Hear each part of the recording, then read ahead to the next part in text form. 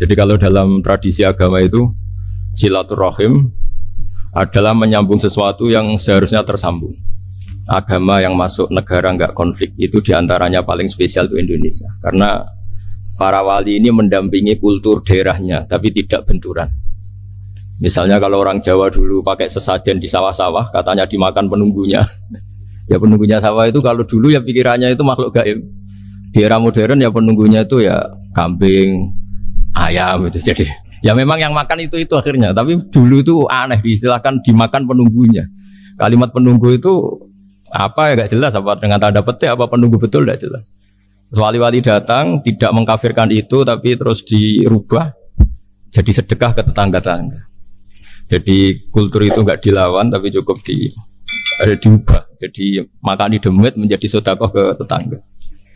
Nah cerita kurban juga seperti itu. Dulu tokoh-tokoh Quraisy penunggu Ka'bah itu dulu sudah ndak tauhid, sudah musyrik kalau dalam bahasa agama.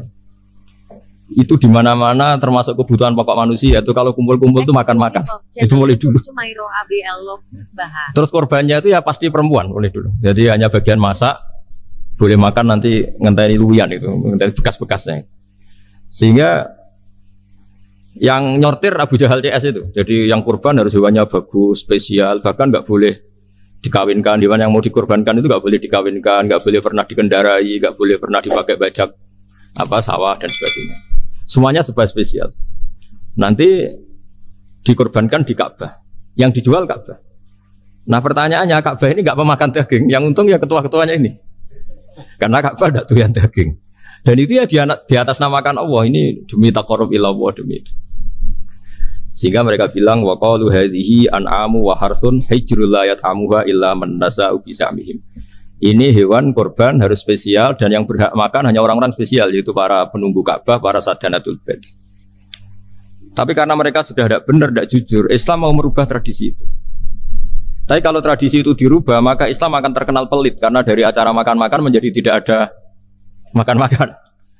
Jadi kadang kebenaran itu harus diganti dengan sesuatu yang tidak ekstrim karena tadi dari acara makan-makan menjadi sama sekali nggak makan-makan. Maka terus diganti oleh Islam dengan kalimat udhiyah, dengan kata kurban.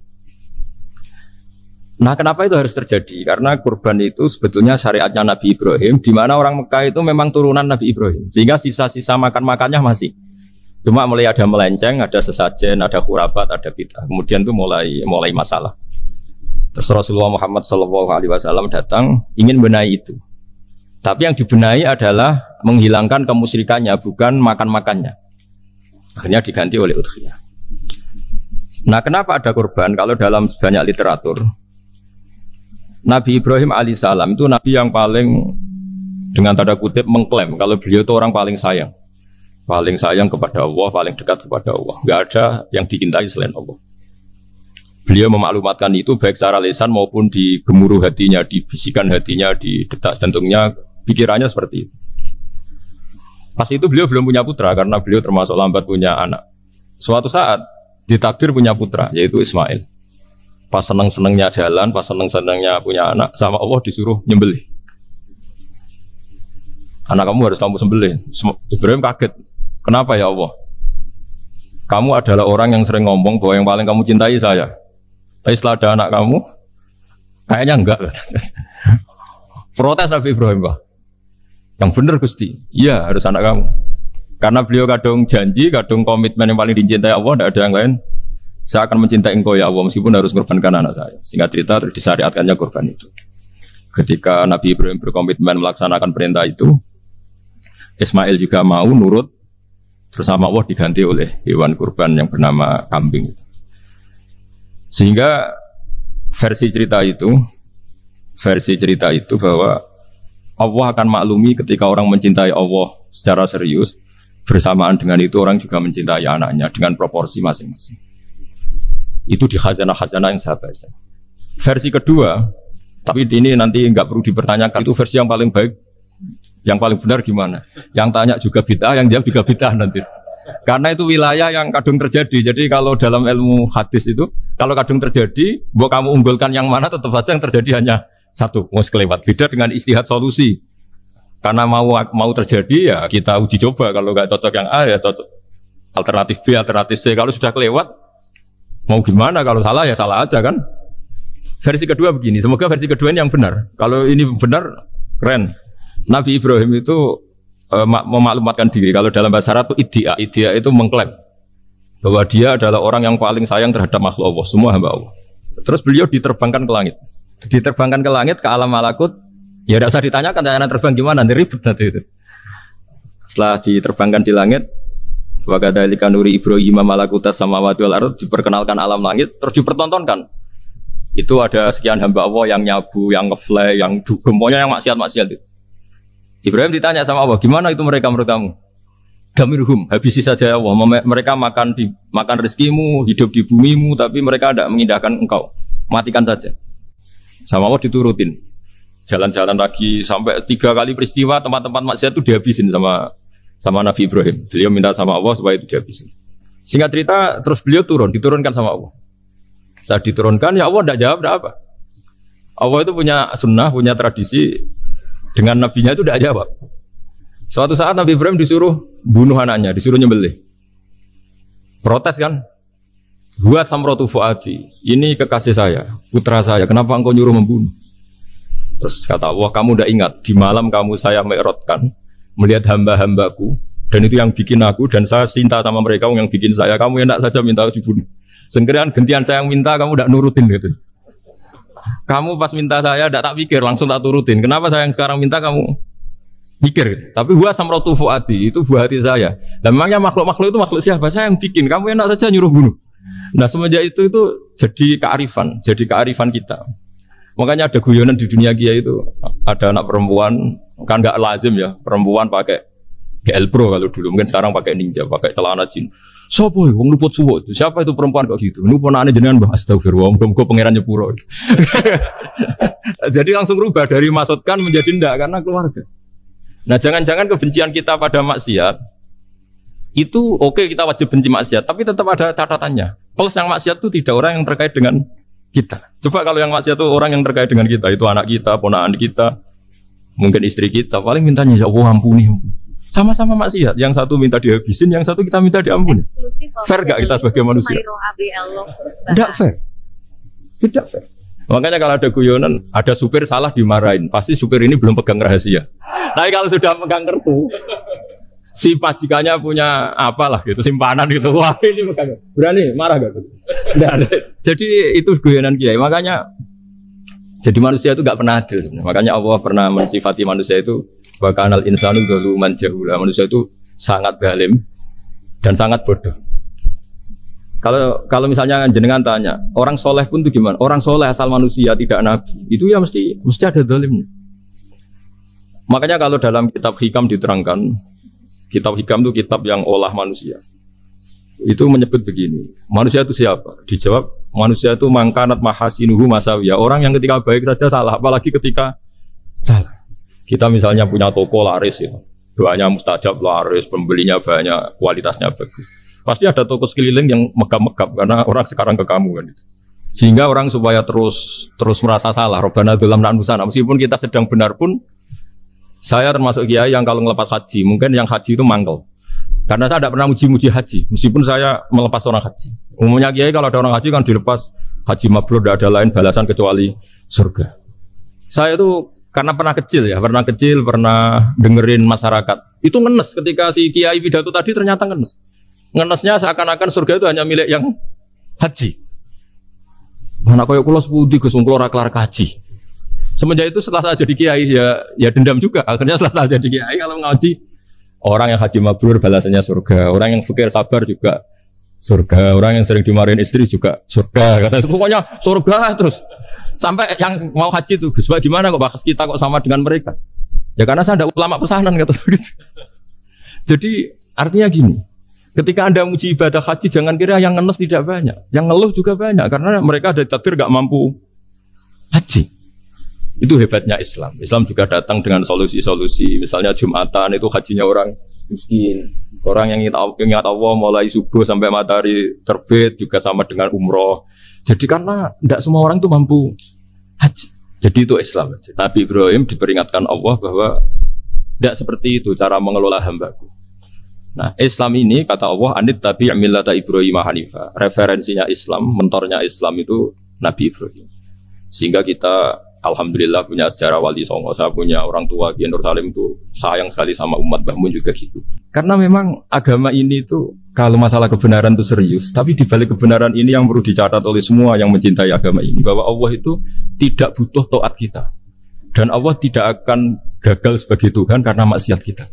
La tanfa'uhu ta'atuhum wa la tadurruhu maksiatuhum. Allah tidak akan ngefek ketika semua orang taat ya gak ngefek, semua orang maksiat juga gak ngefek. Karena Allah ini zat yang punya eksistensi sejati, sehingga hubungan kita dengan Allah itu gak ngefek ke Allah, tapi ke kita sendiri. Sehingga mereka lebih rileks karena gak merasa harus mati-matian bela Allah. Allah tetap Al-Qayyum, zat yang bisa berdiri sendiri. Sehingga di kitab-kitab itu ada bab namanya Mizahun Nabi, guyonan-guyonan Nabi. Itu ada babnya sampai di kitab Ihya. Masyhur itu. Suatu saat ada orang sepuh sowan ke Nabi, karena sudah sepuh, beliau pamit kira-kira jam segini pamit, ya Rasulullah saya mau pulang karena nanti kemalaman. Karena beliau jalan kaki yang orang sepuh. Kata Nabi, ya tenang saja di sini, nanti pulang kamu udah jalan kaki. La ahmilan naki alab innakoh, nanti kamu tak naikkan anaknya unta. Pikirannya orang sepuh tadi namanya anak unta itu ya kecil. Wa ma fa'altu biminako, apa yang bisa saya lakukan dengan anak unta? Sudah, tenang saja. Setelah beliau ngaji lama, ya dikasih unta tua itu. Silakan kamu bawa unta saya ini. Ini kan unta tua, ada anak unta. Ya meskipun tua ya anaknya unta. Jadi agama itu rileks. Nabi Ibrahim itu pernah minta supaya nyawanya itu diperpanjang, karena beliau ya, umumnya orang itu kan ingin nyawa panjang, ingin umurnya panjang. Allah tidak jawab gak apa. Suatu saat ada tamu, orangnya itu sepuh sekali. Nabi Ibrahim karena orang yang sangat menghormati tamu dikasih kurma, apa itu? Anggur. Itu setiap dimakan dikunyah, meler lagi keluar. Karena sudah sepuh, nggak ada giginya, dikunyah keluar lagi. Itu jawabnya Nabi Ibrahim, ya Allah, masuk lagi ke kamar, sholat lagi, mengcancel doa panjang umur. Katanya Ibrahim, oh jenengan jawab toh. Artinya kalau ingin tua sekali ya nasib kamu kayak itu gitu. Jadi karena beliau tahu itu jawaban, terus masuk kamar, oh jawab tuh jenengan, terus membatalkan doanya. Itu Nabi Ibrahim. Kalau orang sekarang enggak, dongo ngarani, ya tua ya tetap sehat. Karena doa itu kalau enggak diperjelas itu ya repot. Ini cerita supaya kita berislam itu teriak. Saya Mbah Mun itu meskipun kiai top, senengannya dia guyon bapak saya. Tapi guyon itu ada yang wajib. Saya dulu itu janggal.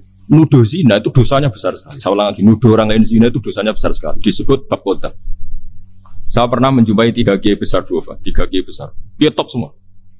Di majelis itu ada gosip bahwa si A itu punya selingkuhan sama Sri misalnya, atau siapa lah. Kalau di Arab itu senangannya pakai Salma, Laila Majnun Salma. Kalau di Jawa itu kasihan kurbannya itu. Ya, tapi itu contoh saja.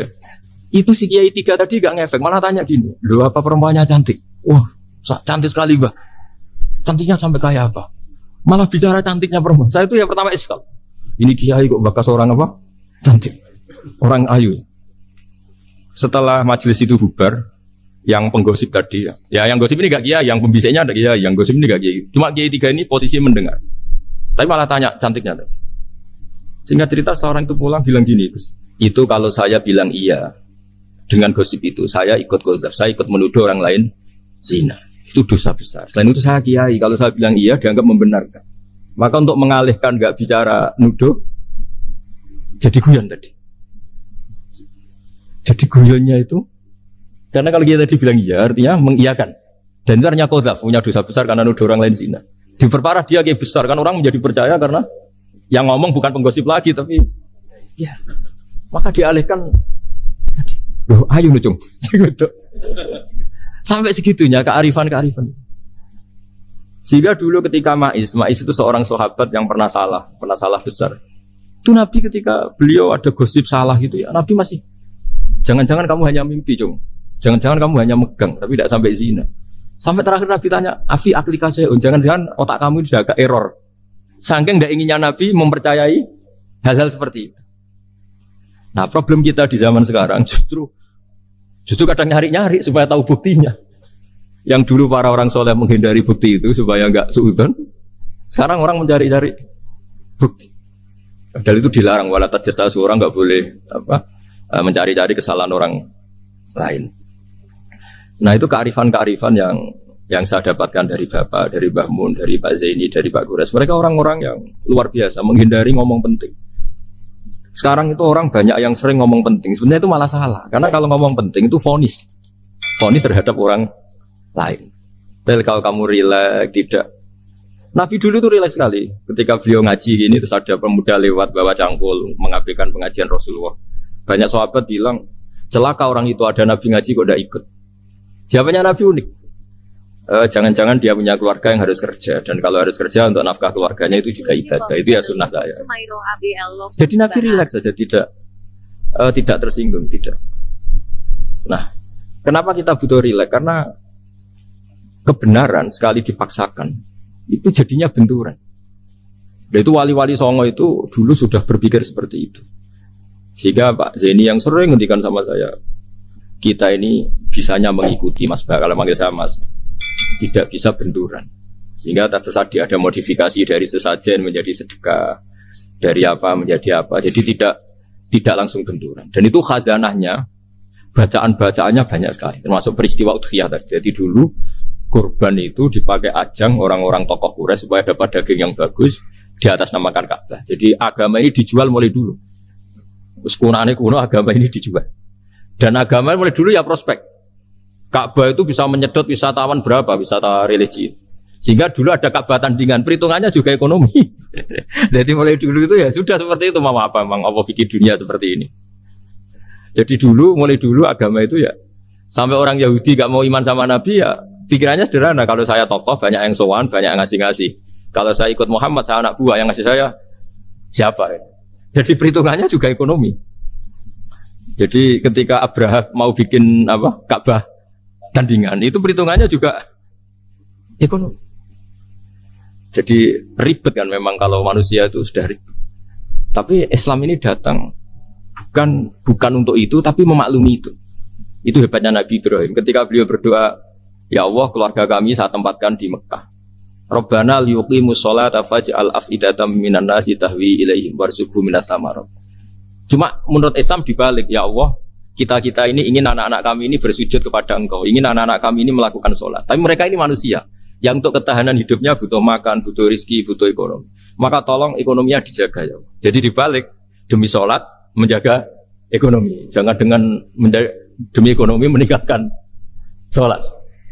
Jadi dibalik, jadi demi sholat menjaga ekonomi. Juga termasuk menjaga politik. Andaikan tidak ada orang Islam yang cakap politik, terutama yang soleh-soleh. Kemudian negara bikin aturan ala mereka. Sholat dianggap larangan, pengajian dengan larangan, juga repot. Makanya mulai dulu kiai-kiai itu ya politik, karena nggak ingin negara ini diatur oleh orang yang anti sholat, anti agama. Karena kalau negara terserah yang sedang jabat, kemudian yang jabat tidak soleh, bisa nganggap maksiat-maksiat tidak ilegal, yang pengajian justru ilegal. Nah, di sini kenapa banyak orang-orang soleh dulu ya rata-rata ya berpolitik mulai sebelum kemerdekaan sampai setelah kemerdekaan. Jadi itu ada filosofinya. Nah, bahwa ada oknum-oknum yang tidak seperti itu ya monggo, itu oknum. Tapi sebetulnya awal-awalnya kenapa banyak orang soleh yang politik, karena nggak ingin negara ini dipimpin oleh orang-orang yang anti agama, anti kebaikan. Sehingga berkahnya apa? Berkahnya negara ini berkonstitusi secara Islami. Meskipun tidak negara Islam, tapi tadi hak asasi manusia terjaga, hak belajar, hak beragama, hak ibadah. Coba bayangkan kalau kita jadi korut, Korea Utara kan pusing. Itu uniknya, lagi-lagi ini cerita uniknya. Itu mulai dulu itu tidak ada benturan. Ketika ada Masumi, ada Partai NU, ada macam-macam. Muhammadiyah datang di Jogja itu Mbah Ahmad Dahlan itu teman dekatnya Mbah Hasyim. Saya tahu banyak tentang, namanya dulu Darwis. Itu dulu ngajinya sama pernah buyut-buyut Qiyami di sini. Dulu ngaji Mbah Soleh Darat, Mbah Ahmad Dahlan sama siapa itu Mbah Hasyim. Ketika di Mekah yang Mbah Ahmad Dahlan ngaji Syekh Khotib Minangkabau itu ya sama Mbah Hasyim. Nah kebetulan Mbah Ahmad Dahlan hidup di Jogja yang zaman itu sudah khurafatnya kayak apa, karena ada sistem agama yang sangat menurut beliau sangat jauh dari Islam yang murni. Terus beliau revolusinya seperti itu. Yang Mbah Hasyim nampak di Jombang. Nah itu kan murni ilmu sosial, murni muqtadul khalq. Terus beliau punya metode yang berbeda, tapi nggak masalah, mulai dulu nggak masalah. Kemudian jadi kalau yang kadang-kadang memasalahkan tuh ya memang yang nggak tahu masalah. Sebenarnya dulu tuh ya biasa aja, karena ya itu urusan metode, urusan. Saya teruskan masalah ukhiyah. Jadi yang diceritakan Nabi Ibrahim tadi bahwa benci seseorang kita atas namakan maksiat itu tidak segampang itu. Karena jangan-jangan kebetulan yang maksiat itu keluarga kita. Apakah kita punya kebencian yang sama saat yang maksiat itu keluarga kita, atasan kita, teman kita? Ya kayak tadi. Kalau saya corong jodi belenjani janji, ada orang janji sama saya nggak tepat waktu, saya bisa marah itu pasti sebabnya jelas. Itu bawaan saya nggak berjasa sama saya. Kalau kata dokter Klik nggak cantik. Intinya Nabi Ibrahim itu coba kalau yang maksiat itu anak kamu berharap saya ngasih tobat kan? Bukan langsung tak habisin kan? Intinya Allah ingin bilang ke Nabi Ibrahim, andai kan yang maksiat itu anak kamu, ingin saya menghabisi apa tak kasih tobat? Ya kasih tobat ya. Ya seperti itu saya yang bikin. Maka di Al Azhar sana kalau cerita orang-orang alim itu masyhur. Ada tempat maksiat mau dihabisin sama orang-orang yang sangat keras. Ketemu Syekh Mutawalli Sarawi, ditanya, andai kan mereka mati saat maksiat, itu mereka ke surga apa ke neraka? Ya ke neraka. Ditanya sama Syekh Mutawalli, kalau mereka akan neraka, akan ada likamurod dan Nabi, apa seperti itu yang digadaki Nabi, umatnya mati terus masuk neraka karena belum tobat? Tidak, Nabi inginnya mereka tobat dulu. Ya sudah, jangan dihabisin. Kamu berproses ikut mentobatkan mereka. Kebetulan ini mau mendengar. Jadi kita lunak, kita baik itu ya semuanya ingin Allahum yarji'un semua mereka kembali, mereka tobat. Bukan lunak dengan arti mengakui maksiat itu satu kebaikan, itu yang bahaya. Kalau lunak sampai mengakui itu maksiat itu kebaikan, itu bahaya sekali. Tapi kita lunak karena kita ingin berproses untuk bertobat. Karena tadi kalau kita punya nurani itu mesti, andai kan yang maksiat itu anak kita atau teman dekat kita atau orang yang berjasa sama kita, apa kita bisa tegas? Kira-kira gimana? Waqat adabbahu ta'ala khalilahu Ibrahim fi ba'di mawatinihi al-azimah. Jadi Allah kalau dalam bahasa Arab memberi teguran itu namanya takdib. Makanya kalau orang nakal itu, kalau orang Jawa bilang kurang ajar. Sebenarnya ajar itu kan tahun ajaran baru. Ajar itu kan barang baik. Ya kan disebut tahun ajaran baru. Pengajaran, ajar itu kan barang. Jadi kalau kurang ajar berarti kurang baik. Itu bahasa Arabnya orang yang kurang ajar perlu diajari. Itu kalau orang Arab bilang ditakdib, diwarai toto kromo, diadabkan. Jadi belum punya adab diadabkan.